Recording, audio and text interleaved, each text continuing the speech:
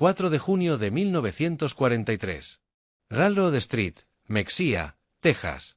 El lápiz temblaba levemente en la mano de una Fitzia Berer Burkhardt mientras escribía en su diario secreto, dejando constancia de pensamientos que, de haber sido encontrados por sus superiores, lo habrían enviado al confinamiento solitario. Los estadounidenses nos deben estar engañando. No es posible que un país disponga de tanta riqueza mientras lucha en dos frentes de guerra. A través de la ventanilla del tren, acababa de ver algo que contradecía 3 años de propaganda nazi. Luces eléctricas iluminaban cada granja, cada esquina, cada escaparate. Una malla interminable de luz extendiéndose por las llanuras de Texas a las 10 de la noche. En Alemania, desde 1940, los reglamentos de apagón habían sumido al Reich en la oscuridad. Incluso antes de la guerra, la electrificación rural llegaba a apenas un 20% de las granjas alemanas. Pero aquí, en lo que la propaganda nazi describía como una América decadente y en ruinas, la electricidad fluía con la misma abundancia que el agua. 1850 veteranos del Afrika Korps de Erwin Rommel descendieron del tren de pasajeros. No eran vagones de ganado ni de carga, sino coches Pullman acolchados, con servicios de comedor y camas. Toda la población de Mexia se había reunido para presenciar su llegada. Lo que nadie sabía era que este instante marcaría el comienzo de la transformación psicológica más profunda en la historia moderna de los prisioneros, una demolición sistemática de la ideología nazi basada únicamente en la demostración del poder industrial estadounidense. Las ecuaciones de la victoria aliada no se estaban escribiendo en estrategias militares, sino en cifras de producción que pronto derrumbarían cada convicción que estos soldados tenían sobre sus enemigos, su patria y su causa. El derrumbe comenzó el 13 de mayo de 1943 en Túnez. El general Jürgen von Arnim, sucesor de Rommel, se rindió junto con aproximadamente 250.000 a 275.000 soldados alemanes e italianos. Las cifras variaban porque grupos dispersos siguieron entregándose durante varios días. Los combatientes más experimentados del desierto alemán, hombres que habían empujado a los británicos hasta Egipto y que habían ganado el respeto del propio Montgomery, se convirtieron de repente en prisioneros. Entre ellos estaba el Hauptmann Friedrich Radke, condecorado con la Cruz de Hierro de primera clase, veterano de la campaña de Francia y herido en 2 ocasiones en África del Norte. Su diario, encontrado décadas después en los archivos nacionales, proporcionaría a los historiadores el relato más detallado del impacto psicológico que tuvo el cautiverio estadounidense en los soldados alemanes. El viaje desde la derrota hasta la iluminación comenzó en el puerto de Orán, Argelia. Mientras Radke y otros 30.000 prisioneros esperaban en campamentos improvisados para abordar los barcos, la eficiencia estadounidense ya empezaba a resquebrajar sus creencias previas. El ejército estadounidense procesaba miles de prisioneros al día con una precisión organizativa superior a cualquier logro de la Wehrmacht, incluso en su apogeo. Tarjetas de identificación fotografiadas y archivadas. Exámenes médicos completados, vacunas administradas, derechos de la Convención de Ginebra explicados en perfecto alemán por oficiales estadounidenses entrenados específicamente para esta tarea. Pero la primera sorpresa real llegó con la comida. El Oberleutnant Hans Müller, capturado con la 21ª División Panzer, escribió a su madre 8 meses más tarde: en el campo de Orán, mientras esperábamos los barcos, los estadounidenses nos alimentaron mejor de lo que habíamos comido en 6 meses de combate en el desierto. Pan blanco, café auténtico, carne 2 veces al día. Pensamos que era propaganda, que intentaban impresionarnos. No comprendíamos que esa era su ración militar estándar. Los barcos Liberty que los transportaban a través del Atlántico eran, en sí mismos, monumentos a la capacidad industrial estadounidense. El SS Robert E. Peary había sido construido en 4 días, 15 horas y 29 minutos en los astilleros Kaiser de Richmond, California. Un dato que los alemanes habrían considerado propaganda imposible de no ser cierto. Estas embarcaciones, producidas a un ritmo de 3 por día en su pico de producción, regresaban tras entregar suministros al frente europeo. En lugar de volver vacías, trasladaban hasta 30.000 prisioneros al mes para el verano de 1943. Las 2 semanas de travesía atlántica en julio de 1943 dieron inicio a la segunda fase de destrucción psicológica. El Feldwebel Kurt Zimmermann, perteneciente a la 90ª División Ligera, llevó un registro minucioso que logró conservarse en cartas dirigidas a su familia tras su repatriación. Señaló que la tripulación del barco desechaba cada día más restos de comida que los que su compañía completa recibía semanalmente en los últimos meses de campaña en África.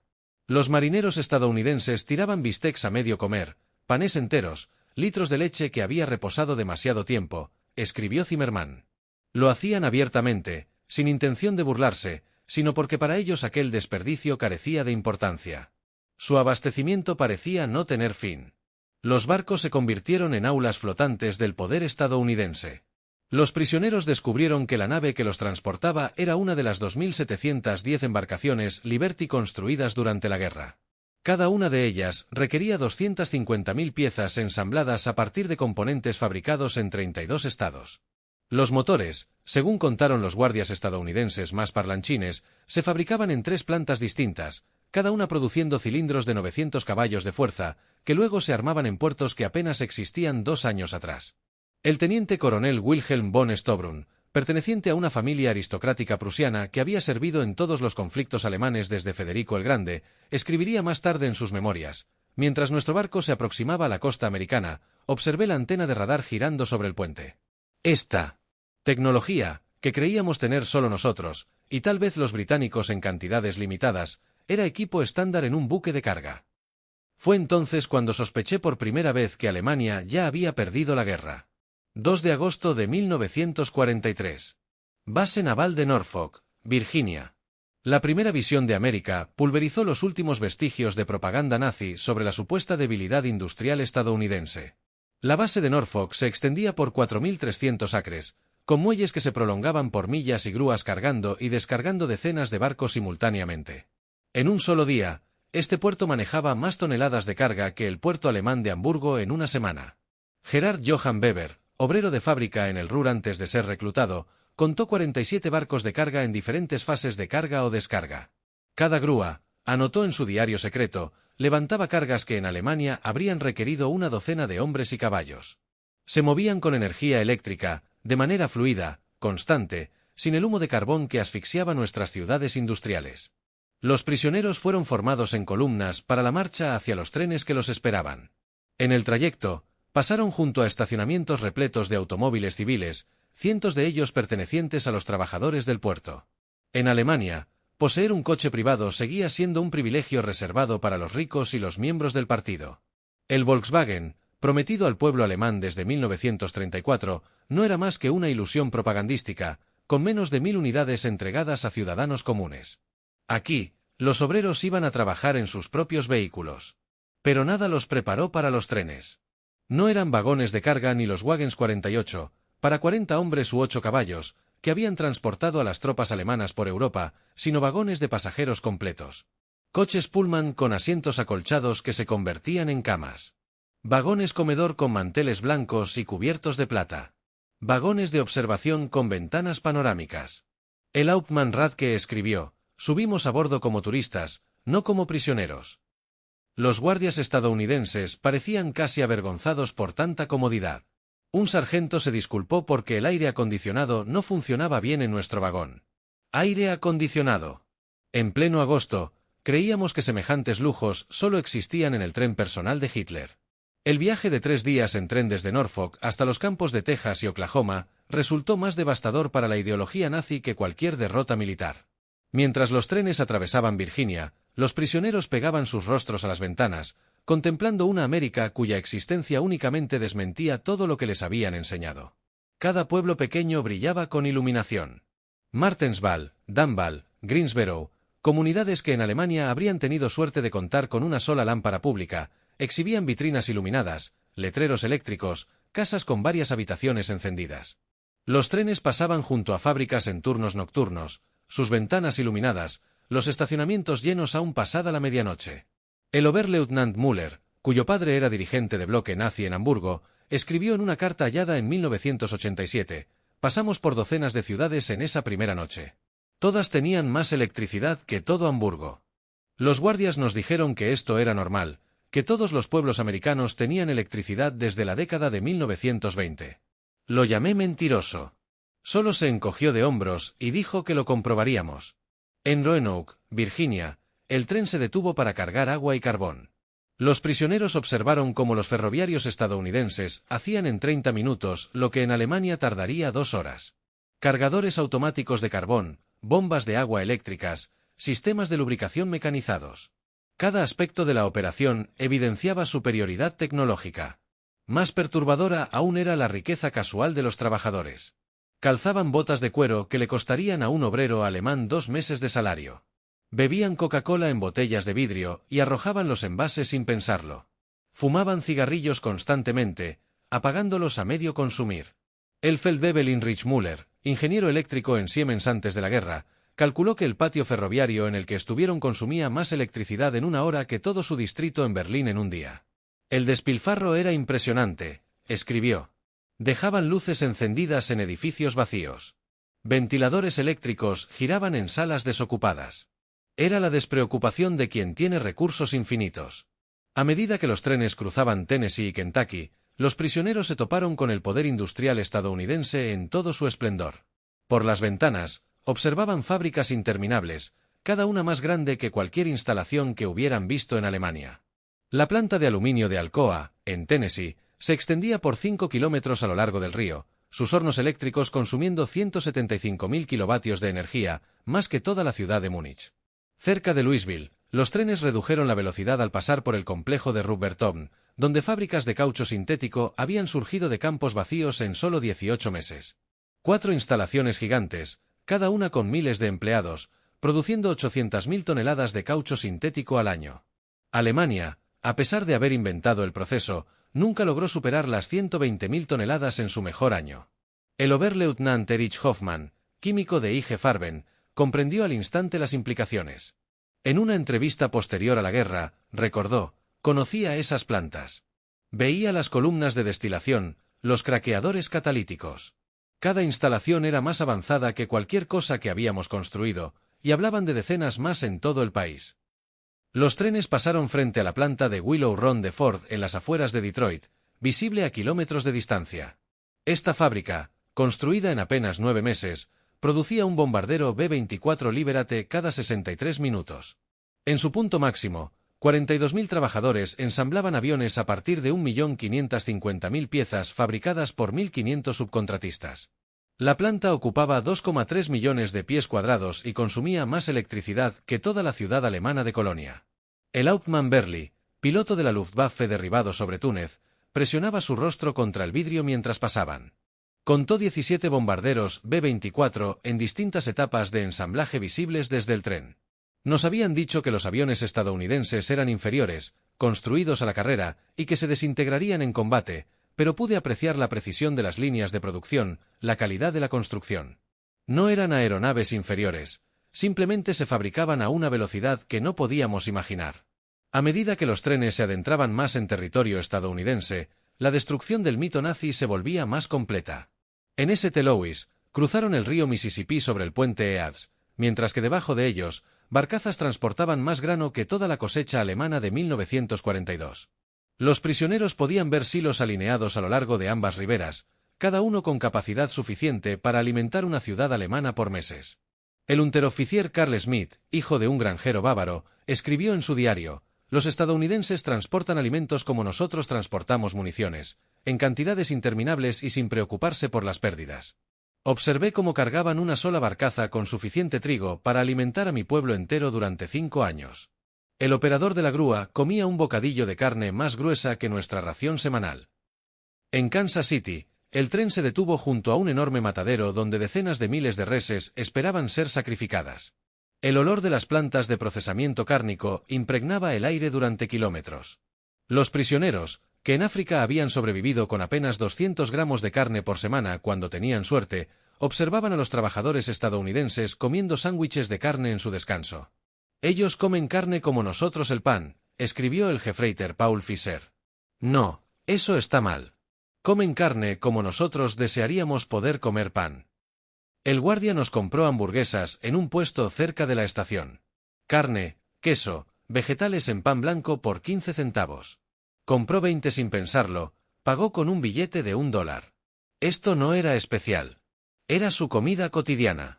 La llegada a los campamentos representó el siguiente nivel de demolición cognitiva. El campo Harne, en Texas, construido en apenas 4 meses, alojaba entre 3.000 y 4.800 prisioneros en condiciones mejores que las que muchos habían experimentado como civiles. Barracones de madera con luz eléctrica, inodoros con descarga, duchas calientes y calefacción a vapor. Cada edificio había sido construido con más madera de la que poseían pueblos enteros en Alemania. El hospital del campo dejó perplejo al personal médico entre los prisioneros. El Oberstleutnant Dr. Friedrich Bauer, cirujano jefe de la 164ª División Ligera, se encontró en una instalación mejor equipada que la mayoría de los hospitales civiles alemanes. Máquinas de rayos X, instrumental quirúrgico, suministros farmacéuticos que no estaban disponibles en Alemania desde 1941. Todo esto era de uso estándar para prisioneros enemigos. Tenían penicilina, testificaría luego el Dr. Bauer, esa droga milagrosa de la que solo habíamos oído rumores. La usaban libremente, incluso en prisioneros con infecciones menores.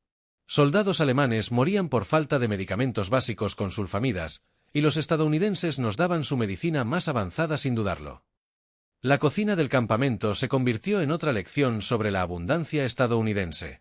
Los prisioneros asignados a las labores culinarias descubrieron refrigeradores del tamaño de habitaciones, batidoras eléctricas, lavavajillas automáticos y cocinas a gas capaces de preparar alimentos para 5.000 hombres.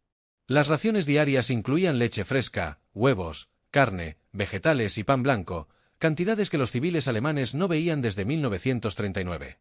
El Feldwebel Otto Krebs, antiguo chef de hotel en Múnich, escribió: «Hoy arrojamos más comida de la que mi familia ha visto en 3 años». No era comida echada a perder, sino simplemente excedente. Las regulaciones estadounidenses exigen preparar un 10% más de comida para asegurar que cada prisionero reciba su ración completa. El sobrante se descarta. Lloré mientras tiraba al basurero pan en perfecto estado. Para septiembre de 1943, la escasez de mano de obra en la agricultura estadounidense llevó a la utilización de prisioneros de guerra en campos y fábricas por todo el país. Esta decisión, impulsada por la necesidad, resultó más devastadora para la ideología nazi que cualquier programa de propaganda. Grupos de prisioneros eran transportados diariamente a los lugares de trabajo, viajando por el corazón de América sin vendas ni rutas restringidas. Lo veían todo. Los interminables campos de maíz y trigo, las fábricas en turnos continuos, las tiendas llenas de mercancías, los estacionamientos repletos de automóviles, las casas con refrigeradores y radios. En una desmotadora de algodón cerca de Houston, el unteroficier Herbert Lang observó cómo una sola máquina procesaba más algodón en una hora que su pueblo entero en un mes usando métodos tradicionales. La planta funcionaba con electricidad suministrada por la Autoridad del Río Colorado, parte de un programa de electrificación rural que, para 1943, había llevado energía eléctrica al 90% de las granjas en Texas. El dueño de la planta no era alguien destacado, anotó Lang. No era aristócrata, ni miembro del partido, solo un agricultor común. Sin embargo, tenía electricidad, agua corriente, una camioneta, un automóvil y un tractor. Sus trabajadores, incluidos los afroamericanos, almorzaban con raciones que contenían más comida de la que un obrero alemán podía recibir en una semana. Y esto era lo habitual. Cada finca que veíamos era igual. En Nebraska, los prisioneros trabajaban en campos de remolacha azucarera, siendo testigos de una mecanización agrícola que superaba cualquier expectativa. Descubrieron que una sola cosechadora podía realizar el trabajo de 100 hombres. Los campos se extendían hasta donde alcanzaba la vista, cada uno más grande que distritos enteros en Alemania. Los agricultores hablaban con naturalidad de cosechas que en Alemania se considerarían imposibles, 60 bushels de trigo por acre, comparados con los 30 que se obtenían en las mejores tierras alemanas.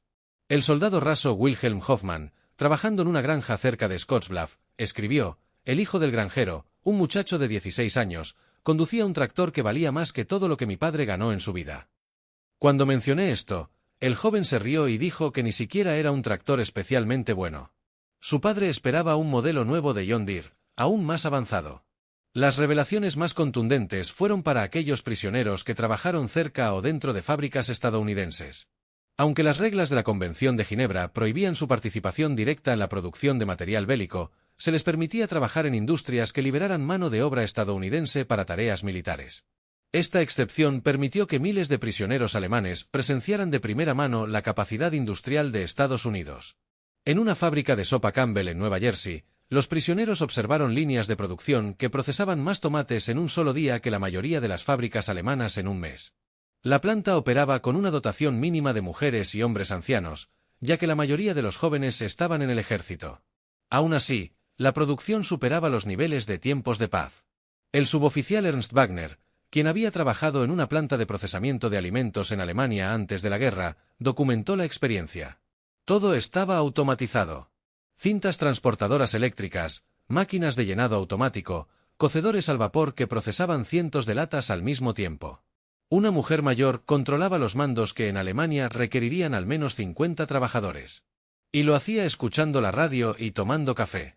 Cerca de Detroit, prisioneros que descargaban carbón en una planta de energía lograron ver cómo la industria automotriz se había reconvertido para la producción de guerra. El complejo de River Rouge, visible al otro lado del río, empleaba a 100,000 trabajadores que fabricaban JEPs, motores de avión y tanques. La planta consumía 1,5 millones de kilovatios diarios, más que toda la ciudad de Hamburgo. Podíamos ver los estacionamientos, escribió el teniente francés Kellner, miles de automóviles pertenecientes a los trabajadores. En Alemania, ni siquiera nuestros oficiales solían tener automóvil. Aquí, los obreros de fábrica conducían hasta su lugar de trabajo. El guardia nos dijo que muchos trabajadores tenían 2 autos, uno para el trabajo y otro para la familia. Pensamos que se burlaba de nosotros. Para el invierno de 1943, el impacto acumulado de estas observaciones provocaba lo que los oficiales de inteligencia estadounidenses llamaban síndrome de colapso ideológico entre los prisioneros.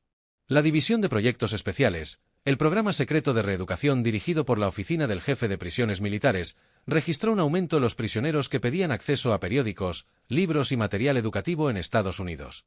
El mayor Paul Noelan, miembro del equipo de monitoreo, informó en diciembre de 1943, los prisioneros ya no discuten cuando se les muestran estadísticas de producción. Han visto demasiado. Los nazis más fanáticos han quedado en silencio. Siguen siendo leales a Alemania, pero ya no hablan de victoria. Muchos comienzan a cuestionar lo que les habían dicho sobre América. Los periódicos del campo, elaborados por los propios prisioneros, comenzaron a reflejar este cambio. Der Ruf, el boletín publicado en Fort Kearny, Rhode Island, dejó atrás el nacionalismo desafiante y empezó a enfocarse en temas como la democracia, los sistemas económicos y la reconstrucción tras la guerra. Los editores, cuidadosamente seleccionados entre los prisioneros antinazis, encontraron que su audiencia era cada vez más receptiva. El teniente Hermann Gatz, capturado con la 10ª División Panzer, escribió en una carta que pasó por los censores estadounidenses: nos dijeron que Estados Unidos era una nación mestiza, débil, dividida, controlada por judíos e incapaz de ejercer fuerza militar. Cada día que paso aquí veo lo contrario. Esta es la nación más organizada, unificada y poderosa del mundo. Nos llenaron la cabeza con cuentos de hadas contados por criminales. El golpe más demoledor contra la ideología nazi vino de una fuente inesperada: el trato dado a los prisioneros italianos después de la rendición de Italia en septiembre de 1943. Los prisioneros italianos que aceptaron colaborar fueron integrados en unidades de servicio, con mejores condiciones de alojamiento, más paga y mayor libertad. Los prisioneros alemanes observaron cómo sus antiguos aliados trabajaban junto a los estadounidenses, comían en restaurantes americanos e incluso algunos salían con mujeres estadounidenses. El sargento Friedrich Schulz escribió: los italianos nos traicionaron, y sin embargo, los tratan mejor de lo que nosotros los tratamos cuando eran aliados. Trabajan libremente, ganan dinero, envían paquetes a casa. Los estadounidenses no les guardan rencor. Esta democracia que nos enseñaron a despreciar parece más honorable que nuestro propio sistema. La Navidad de 1943 tuvo el impacto psicológico más profundo. Organizaciones estadounidenses, iglesias y grupos comunitarios enviaron 500,000 paquetes navideños a los prisioneros alemanes, enemigos que pocos meses antes habían intentado matar a soldados estadounidenses. Cada paquete incluía cigarrillos, dulces, artículos de aseo y juegos. Comunidades locales invitaron a prisioneros a cenas de Navidad, aunque las regulaciones impidieron que la mayoría aceptara. En el campo Harne, Texas, el coro de la iglesia metodista local interpretó villancicos en alemán para los prisioneros. Las mujeres de Harne enviaron galletas y pasteles caseros. Los Boy Scouts entregaron tarjetas de Navidad hechas a mano. Esta muestra de compasión hacia enemigos derribó los últimos vestigios de la teoría racial nazi. El teniente Walter Mueller, cuyo hermano había muerto en el bombardeo de Hamburgo, escribió: ellos saben que somos sus enemigos. Muchos tienen hijos y esposos luchando contra nuestros ejércitos. Sin embargo, nos muestran caridad cristiana, no propaganda, sino bondad genuina. ¿Qué clase de gente trata así a los enemigos? Solo quienes están absolutamente seguros de la victoria y confiados en su poder. La cena navideña en sí fue algo inconcebible: pavó, jamón, puré de papas, salsa, verduras, pasteles, helado. Cantidades de comida que Alemania no veía desde antes de la Primera Guerra Mundial. Los prisioneros comieron hasta el empacho, incapaces de entender que tal abundancia se destinara a enemigos. Comimos como reyes, escribió el cabo Ansa. Mejor que los generales alemanes, mejor que los líderes del partido. Y esto no era especial. Los guardias dijeron que era una cena navideña normal, que todas las familias estadounidenses comían lo mismo. Si alimentan así a prisioneros, ¿qué comerán sus soldados? A comienzos de 1944, más de 40,000 prisioneros alemanes estaban inscritos en programas educativos. Estudiaban inglés, historia de Estados Unidos, matemáticas y ciencias. La Universidad de Chicago ofreció cursos por correspondencia, y la Universidad de Stanford envió profesores para impartir clases sobre democracia y economía. La sed de conocimiento era insaciable. Prisioneros que habían sido educados para pensar que Estados Unidos era un país sin cultura descubrieron bibliotecas con millones de libros, universidades que acogían a todas las clases sociales, y una investigación científica a la vanguardia mundial. Leían periódicos estadounidenses libremente, comparando múltiples perspectivas, algo impensable en la Alemania nazi. El Dr. Wilhelm von Braun, físico reclutado del Instituto Kaiser Wilhelm, asistió a conferencias sobre física atómica en el campus Shelby. Luego escribió: profesores estadounidenses, incluidos refugiados judíos que huyeron de Alemania, nos enseñaron sin odio. Hablaban de la ciencia como algo universal, perteneciente a toda la humanidad. Estaban años por delante de la investigación alemana, y compartían su conocimiento con sus enemigos. Esta generosidad de espíritu era incomprensible para mentes moldeadas por la ideología nazi. Los teatros del campo proyectaban películas estadounidenses, no propaganda, sino producciones de Hollywood como Lo que el viento se llevó, que mostraba la derrota y posterior recuperación de Estados Unidos, resonando con la situación de los prisioneros. También vieron Las uvas de la ira, asombrados de que los estadounidenses mostraran tal autocrítica frente a sus enemigos. No ocultan nada, escribió el teniente Joseph Kramer. Muestran sus problemas, sus fracasos, sus conflictos. Pero esa honestidad los hace más fuertes, no más débiles. En Alemania, tal crítica significaría la muerte. Aquí se considera patriótico. La primavera de 1944 trajo la expansión de los programas de trabajo prisionero mientras la producción estadounidense alcanzaba su punto máximo. Los prisioneros alemanes trabajaron en fábricas de conservas, molinos y plantas de fabricación, siendo testigos del poderío industrial estadounidense en acción. Las cifras hablaban por sí solas, imposibles de contrarrestar con propaganda. En la fábrica de embarcaciones Higgins en Nueva Orleans, los prisioneros descargaban acero destinado a construir las lanchas de desembarco del día de Vieron, como los trabajadores ensamblaban 700 barcos por mes, cada uno compuesto por 20,000 piezas. La fábrica empleaba a 20,000 trabajadores, entre ellos miles de mujeres que operaban grúas, soldaban cascos y manejaban las líneas de producción. El suboficial Kurt Zimmermann escribió: mujeres haciendo trabajos de hombres, afroamericanos manejando maquinaria compleja, adolescentes al mando de equipos perforadores, todo lo que nos dijeron que era imposible en una democracia. Sin embargo, la producción no se detiene. 3 turnos, 24 horas al día, 7 días a la semana. En un mes producen más barcos de los que nuestra marina construye en un año. En Republic Steel, Ohio, los prisioneros observaron la producción de 10,000 toneladas de acero diarias. Los hornos de fundición funcionaban sin pausa, alimentados por trenes interminables de mineral de hierro de Minnesota y carbón de Pensilvania. La escala superaba todo lo imaginable para los alemanes. Esta sola planta producía más acero que toda la región del Ruhr en su apogeo. Trabajé en Krupp antes de la guerra, escribió el escritor y subteniente Paul Hartmann. Pensaba que conocía la producción industrial, pero esto superaba toda imaginación. Desperdiciaban más acero en derrames de lo que nosotros podíamos producir. Los trabajadores se quejaban del exceso de horas, aún así producían cantidades que ni siquiera con trabajo esclavo y turnos dobles podíamos igualar. La cosecha del verano de 1944 fue el golpe final a la propaganda nazi sobre la debilidad estadounidense. Prisioneros alemanes trabajaron por todo el Medio Oeste, presenciando una producción agrícola capaz de alimentar al mundo. En Kansas, observaron cosechas de trigo donde una sola granja generaba más grano que provincias enteras de Alemania. Las cosechadoras avanzaban por las tierras como barcos sobre un océano dorado, recolectando cada día más de 100 acres. Los silos que llenaban podían almacenar más trigo del que Alemania importaba en un año entero. Un agricultor de Prusia Oriental, Werner von der Fritz, escribió: un solo granjero americano con maquinaria realiza el trabajo de 100 agricultores alemanes. Me mostraron fotografías aéreas de los campos de trigo, miles de millas cuadradas de cultivo. Podrían perder la mitad de su cosecha y aún así tendrían más que toda Europa junta. En el Valle Central de California, los prisioneros recolectaban frutas en huertos que parecían no tener fin. Veían cómo se desechaban frutas en perfecto estado por pequeños defectos, frutas que en Alemania habrían sido un tesoro. En ocasiones, se araban cosechas enteras para mantener los precios, una idea que provocó colapsos psicológicos entre los prisioneros, que venían de una Alemania devastada por el hambre. «Destruyen alimentos para controlar el mercado», escribió el sargento Otto Schulz.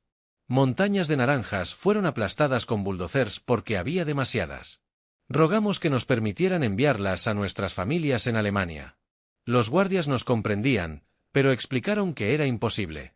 Ese desperdicio demostraba la existencia de recursos ilimitados». El 6 de junio de 1944, cuando las noticias de la invasión de Normandía llegaron a los campos, los prisioneros alemanes vivieron el colapso definitivo de su ideología.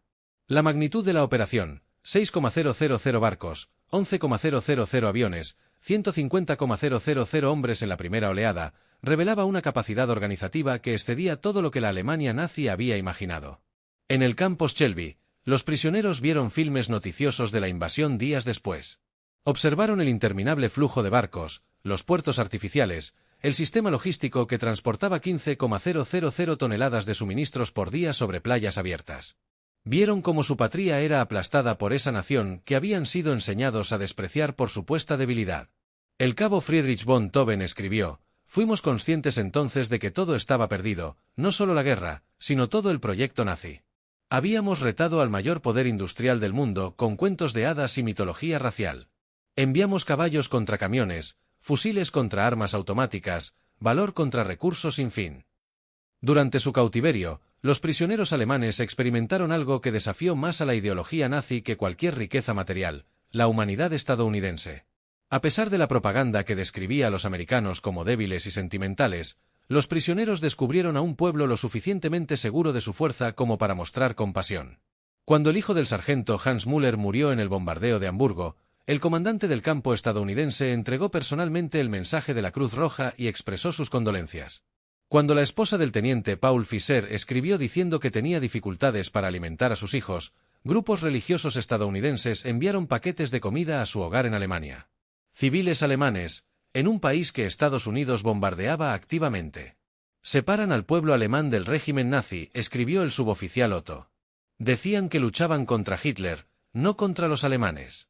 Al principio parecía propaganda, pero era auténtico. Nos preparaban para reconstruir Alemania después de la guerra, no para destruirla». El tratamiento médico impactó profundamente a los prisioneros. Médicos alemanes trabajaron junto a personal médico estadounidense, aprendiendo nuevas técnicas y utilizando equipos avanzados. Los prisioneros recibieron cirugías que en Alemania solo estarían al alcance de los privilegiados. Incluso se proporcionó tratamiento de salud mental, casi desconocido en la Wehrmacht. El doctor Friedrich Bauer escribió: «Trataban los intentos de suicidio con terapia, no castigo.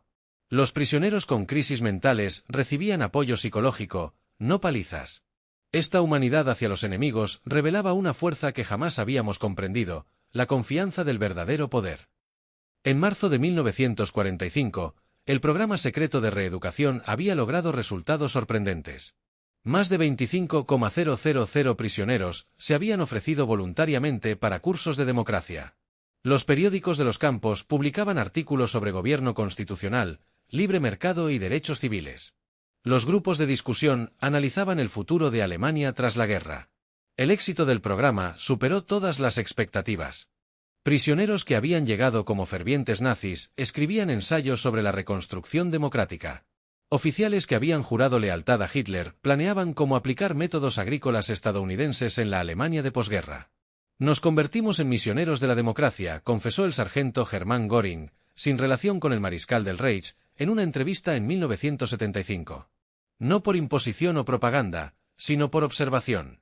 Vimos que funcionaba. Vimos a personas comunes vivir mejor que la aristocracia alemana. Queríamos eso para Alemania». La transformación fue tan profunda que las autoridades estadounidenses empezaron a preocuparse de que los prisioneros se volvieran demasiado entusiastas con el estilo de vida americano. Algunos incluso pidieron quedarse en Estados Unidos tras la guerra, mientras que otros se casaron con mujeres estadounidenses que conocieron a través de programas de correspondencia. Miles emigrarían a América durante la década de 1950. Abril de 1945 trajo la última revelación. A medida que las fuerzas estadounidenses liberaban campos de concentración en Alemania, se proyectaron las imágenes para los prisioneros alemanes. Muchos se negaron a creerlo al principio, alegando que era propaganda, pero la evidencia fue abrumadora. Testimonios de soldados estadounidenses, fotografías, filmes y finalmente cartas desde Alemania que confirmaban los horrores. El impacto psicológico fue devastador. Aquellos que aún conservaban cierto orgullo alemán a pesar de la derrota militar, ahora tenían que enfrentar la total ruina moral de su nación. Lo que habían defendido no solo estaba derrotado, sino que era monstruoso. El sargento Walter Smith escribió el resumen más elocuente: creíamos ser guerreros de una gran causa. Descubrimos que éramos herramientas de criminales. Pensábamos que llevábamos civilización a pueblos inferiores. Resultó que nosotros éramos los bárbaros. Los estadounidenses, a quienes llamábamos débiles y decadentes, nos mostraron que es realmente la civilización. Al finalizar la guerra en mayo de 1945, los prisioneros de guerra alemanes encararon la repatriación con sentimientos encontrados. Habían sido testigos de una América que contradecía todo lo que les habían enseñado. Habían comido mejor como prisioneros que como soldados. Habían sido tratados con más dignidad por sus enemigos que por su propio gobierno. Los últimos meses de cautiverio se dedicaron a prepararlos para su regreso a una Alemania en ruinas. Las autoridades estadounidenses les ofrecieron formación profesional, instrucción agrícola y educación política. Los prisioneros aprendieron sobre el Plan Marshall antes de su anuncio oficial, entendiendo que Estados Unidos reconstruiría, no castigaría, a Alemania. Nos prepararon para reconstruir nuestro país, escribió Friedrich von Toben. Nos dieron habilidades, conocimiento, esperanza. Transformaron a soldados derrotados en futuros ciudadanos. Esta generosidad por parte de los vencedores era incomprensible para mentes moldeadas por la venganza nazi. Entre 1945 y 1946, 371,683 prisioneros alemanes fueron repatriados de los campos estadounidenses. Regresaron a una Alemania dividida, destruida y empobrecida. Pero trajeron consigo algo invaluable: el conocimiento de cómo funcionaba una sociedad industrial democrática. Los prisioneros que conocieron la prosperidad estadounidense se convirtieron sin quererlo en agentes de transformación en la Alemania de posguerra. Habían visto la eficiencia industrial, la productividad agrícola y la prosperidad democrática, y llevarían esas ideas de regreso a casa. Ellos comprendían que la reconstrucción era posible porque habían sido testigos de una sociedad que ya lo había logrado. Muchos exprisioneros de guerra alcanzaron posiciones destacadas durante la reconstrucción de Alemania Occidental. Hans Kroll, quien estuvo recluido en el campo Shelby, llegó a ser embajador de Alemania Occidental ante Estados Unidos. Walter Einstein, que impartió clases en el campo Kao, se convirtió en presidente de la Comisión Europea. Rüdiger von Marr, detenido en el campo Hern, sirvió como representante permanente de Alemania ante las Naciones Unidas. Edward Ackermann, prisionero en Fort Robinson, se transformó en un referente de la reforma agrícola alemana. Introdujeron métodos norteamericanos en la industria alemana, aplicaron la eficiencia estadounidense a la agricultura y llevaron los ideales democráticos de Estados Unidos a la política alemana. El milagro económico de los años 50 se edificó, en parte, sobre el conocimiento adquirido en los campos de prisioneros estadounidenses. Aprendimos que la prosperidad brota de la libertad, no de la conquista, escribió Hans Kroll en sus memorias. Descubrimos que la democracia genera riqueza, que la diversidad aporta fortaleza y que tratar bien a los trabajadores incrementa la producción. Estas lecciones, captadas en cautiverio, moldearon la Alemania renacida. Los historiadores han descrito la experiencia de los prisioneros de guerra alemanes en Estados Unidos como uno de los programas de reeducación más exitosos de la historia. Sin coerción ni propaganda tradicional, el poder industrial y el modelo democrático estadounidense transformaron a nazis convencidos en futuros ciudadanos demócratas. El éxito del programa radicó en que se basó más en la observación que en las palabras. Los prisioneros vieron funcionar una sociedad en su máximo rendimiento, aun mientras trataba con dignidad a sus enemigos. Fueron testigos de una capacidad industrial que hacía ver primitiva la producción alemana. Vivieron un nivel de vida que dejaba al descubierto que las promesas del nazismo eran solo ilusiones. El doctor Arnold Kramer, principal historiador sobre los prisioneros alemanes en Estados Unidos, concluyó: Estados Unidos ganó la guerra de la propaganda no con mensajes ingeniosos, sino con la realidad misma. Cada comida completa, cada luz eléctrica, cada baño con agua corriente era una refutación viviente del nazismo. Los prisioneros fueron transformados por la prosperidad. Las cifras respaldan esta afirmación. De los 371.683 prisioneros alemanes recluidos en Estados Unidos, menos del 1% intentó escapar, registrándose solo 2.222 intentos. Las encuestas posteriores a la guerra mostraron que el 95% calificó su trato como bueno o excelente. Lo más sorprendente es que miles mantuvieron correspondencia con familias estadounidenses durante décadas. En 1985, con motivo del 40 aniversario del fin de la guerra, los prisioneros supervivientes celebraron una reunión en Austin, Texas. Más de 500 exprisioneros regresaron a Estados Unidos, muchos acompañados por sus familias, para mostrarles el lugar donde comenzó su transformación. Hans Bea, antiguo oberrister recluido en Fort Robinson, Nebraska, y que luego se convirtió en médico en Georgetown, Maine, habló durante el encuentro. La vida en los campos fue una mejora enorme para muchos de nosotros que crecimos en viviendas sin calefacción en Alemania. Descubrimos el agua corriente, la calefacción central y abundancia de alimentos. Pero, más que eso, descubrimos la dignidad. Kurt Mehr, ex Stabsfeldwebel que trabajó en granjas de Iowa, agregó: los granjeros no nos trataron como enemigos, sino como jóvenes lejos de casa.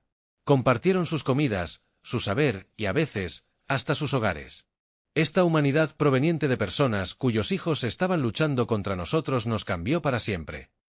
En el banquete de 1985, el exprisionero Aust Hermann Gatz, entonces de 78 años, pronunció el discurso principal que captó la esencia de aquella transformación. Llegamos a América como enemigos, como nazis, creyentes en una mentira. Nos fuimos como amigos, como demócratas, como hombres que habían visto la verdad. Estados Unidos nos mostró que la verdadera fuerza proviene de la producción, no de la conquista, de la diversidad, no del odio, de la libertad, no de la tiranía.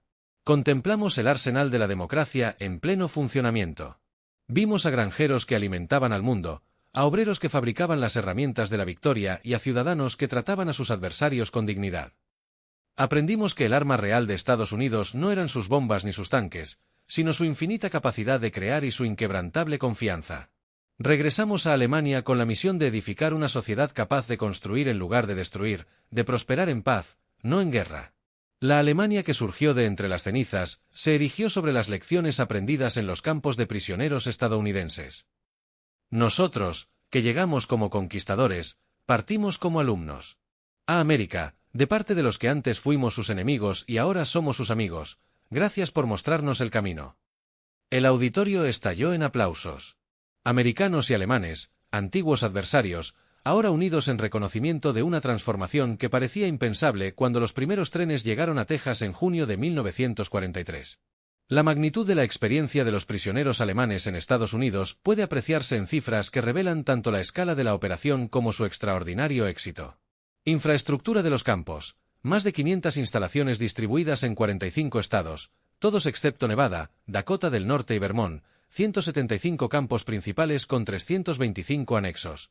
Cada uno con capacidad para albergar entre 250 y 12.000 prisioneros.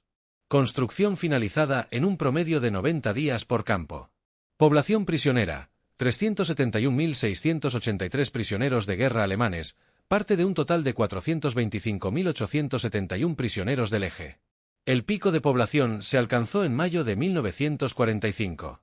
En 1943, ingresaban unos 20.000 prisioneros al mes, tras el día de 30.000 mensuales, y en los últimos meses de la guerra, 60.000 por mes.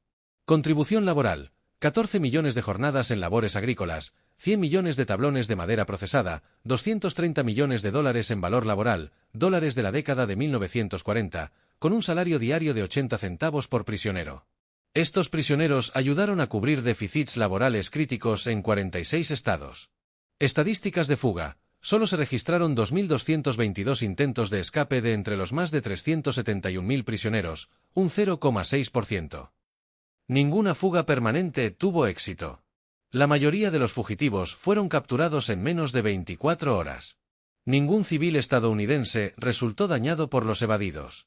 Programas educativos: más de 40.000 prisioneros inscritos en cursos, se publicaron 135 periódicos dentro de los campos, 30.000 tomaron clases de inglés, 15.000 recibieron formación técnica, y más de 8.000 completaron cursos universitarios por correspondencia. Inmigración tras la guerra. Aproximadamente 5.000 exprisioneros emigraron a Estados Unidos en la década de 1950. Si necesitas continuar con otra parte del texto o deseas que lo redacte con un estilo específico, más narrativo, más formal o más académico, solo dime. Más de 12.000 prisioneros mantuvieron contacto por correspondencia con familias estadounidenses. El promedio de duración de estas comunicaciones fue de 31 años. Muchos de ellos regresaron luego como turistas o socios comerciales.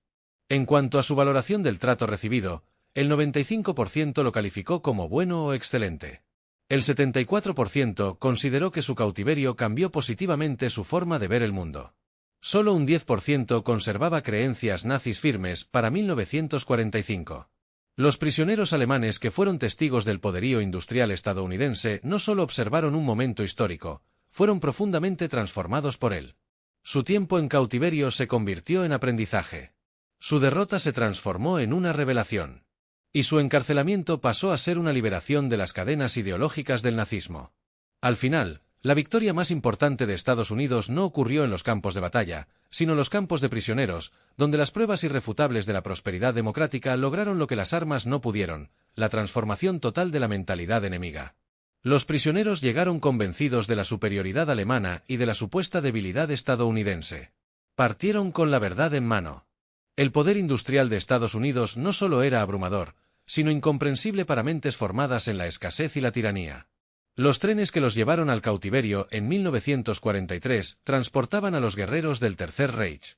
Los barcos que los devolvieron a Alemania en 1946 llevaban a futuros arquitectos de la democracia. Habían visto el futuro, y funcionaba. Su historia es testimonio de una verdad profunda. El arma más poderosa de Estados Unidos no fue su fuerza militar, sino la evidencia avasalladora de la capacidad de una sociedad libre para generar abundancia. Los prisioneros quedaron atónitos ante el poder industrial estadounidense, pero lo que realmente los transformó fue ese ejemplo. En esa transformación germinaron las semillas de la redención europea tras la guerra y la derrota definitiva del sueño nazi. Regresaron a Alemania no como enemigos vencidos, sino como testigos de lo que las sociedades libres podían lograr. El milagro económico que renovó Alemania Occidental en la década de 1950 se construyó sobre los cimientos establecidos en los campos de prisioneros estadounidenses, donde los soldados enemigos aprendieron que la prosperidad nace de la libertad, no de la conquista, de la dignidad humana, no de la supremacía racial, de la cooperación democrática, no del control totalitario. Los prisioneros alemanes habían arribado a Estados Unidos esperando encontrar una nación débil, fragmentada y al borde del colapso. En cambio, descubrieron un coloso industrial de poder ilimitado y una sorprendente humanidad. Llegaron como prisioneros de guerra, pero partieron como testigos del arsenal de la democracia en su máximo esplendor. Su asombro ante la abundancia estadounidense sembró las bases psicológicas de la Alianza Atlántica, del Plan Marshall y de la reconstrucción democrática de Alemania. Habían contemplado a Estados Unidos, y nunca volverían a ser los mismos. Sus hijos crecerían en una Alemania democrática aliada de Estados Unidos, una sociedad edificada sobre la transformación iniciada cuando 1850 veteranos del Afrika Korps bajaron de un tren en Mexía, Texas, y descubrieron que todo lo que creían era falso. La historia de los prisioneros alemanes en Estados Unidos es, en última instancia, una historia de redención a través de la revelación. Demuestra que, a veces, las grandes victorias se alcanzan no mediante la destrucción, sino mediante la demostración, no a través de la propaganda, sino mediante la prosperidad, no con odio, sino con humanidad. Los soldados alemanes que presenciaron el poder industrial estadounidense se convirtieron, sin proponérselo, en embajadores de la democracia, llevando de vuelta a su tierra natal las semillas del cambio que florecerían en una de las reconstrucciones más exitosas de la historia. Su viaje, desde guerreros nazis hasta ciudadanos democráticos, sigue siendo una de las transformaciones más extraordinarias de la era moderna. Lograda no por la fuerza, sino por la evidencia contundente de lo que los pueblos libres son capaces de crear cuando trabajan unidos. Ese fue, en definitiva, el arma secreta de Estados Unidos. No solo la capacidad de fabricar más tanques y aviones que cualquier otro país en la historia, sino también la habilidad de convertir a los enemigos en amigos mediante el simple poder del ejemplo. Los prisioneros alemanes quedaron sorprendidos por el poder industrial de Estados Unidos, pero más importante aún, fueron transformados por él. Y en esa transformación se sembraron las bases para un mundo mejor.